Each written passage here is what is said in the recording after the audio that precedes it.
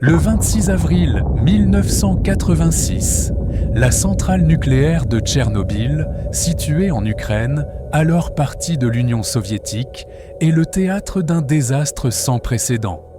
Une explosion du réacteur numéro 4 libère dans l'atmosphère des quantités massives de radioactivité. Le monde ignore alors l'ampleur de la catastrophe, qui va marquer l'histoire à jamais. La catastrophe n'était pas inévitable. Elle est le fruit d'une combinaison de défauts techniques du réacteur RBMK et d'erreurs humaines lors d'un test de sécurité. Les opérateurs, peu formés à ce type de situation, prennent des décisions qui conduisent à la surchauffe du cœur du réacteur, puis à l'explosion. À 1h23 du matin, l'explosion secoue la centrale.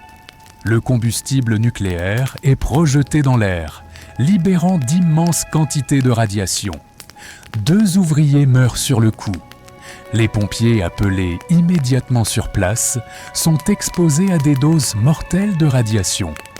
La ville voisine de Pripyat, qui abrite près de 50 000 habitants, n'est évacuée qu'après 36 heures. Les habitants ignorent qu'ils ont déjà été exposés à des radiations potentiellement mortelles. Écoles, parcs et immeubles sont abandonnés dans l'urgence, figés pour toujours dans le temps. Une zone d'exclusion de 30 km autour du réacteur est déclarée inhabitable. Des villages entiers disparaissent.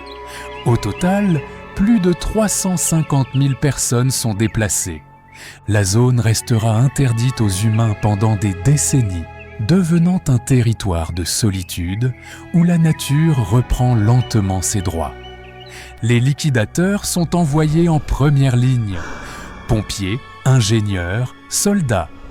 Leur mission est de contenir le réacteur, nettoyer les débris et réduire la contamination. Beaucoup sont exposés à des doses létales. Leur courage limite l'ampleur de la catastrophe, mais au prix de leur santé et souvent de leur vie. L'explosion libère du césium-137, de l'iode-131 et du strontium-90, des éléments hautement radioactifs. Dans les années suivantes, des milliers de cas de cancer de la thyroïde apparaissent, principalement chez les enfants. Des maladies graves et des mutations génétiques touchent de nombreuses personnes. La forêt proche du réacteur, surnommée la forêt rouge, est ravagée par la radioactivité. Les arbres prennent une teinte brun-rouge. Certaines espèces animales et végétales développent des mutations. La nature est profondément marquée, mais commence lentement à se rétablir. Des traces radioactives sont détectées jusqu'en Suède, en Allemagne et en France.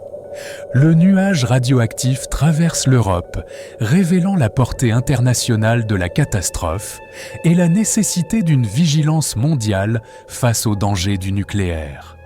Pour contenir le réacteur, un sarcophage de béton est construit dans l'urgence. Mais il se dégrade et laisse passer la radioactivité. En 2016, un nouveau confinement en acier est installé, scellant le réacteur et réduisant considérablement les risques de fuite. Malgré la radiation, la nature s'adapte. Les animaux prolifèrent, offrant aux scientifiques un laboratoire unique. Les villages abandonnés sont lentement envahis par la végétation. Certains oiseaux et mammifères présentent des mutations observables. Des monuments et des musées commémorent les victimes et les liquidateurs. Des cérémonies rappellent l'ampleur du drame et soulignent l'importance de la mémoire et de la prudence dans l'usage du nucléaire. La catastrophe inspire films, séries et documentaires, dont la célèbre série télévisée consacrée à Tchernobyl. Elle demeure un symbole de la fragilité humaine face à des technologies puissantes et mal maîtrisées. Tchernobyl entraîne une refonte mondiale des normes de sécurité nucléaire.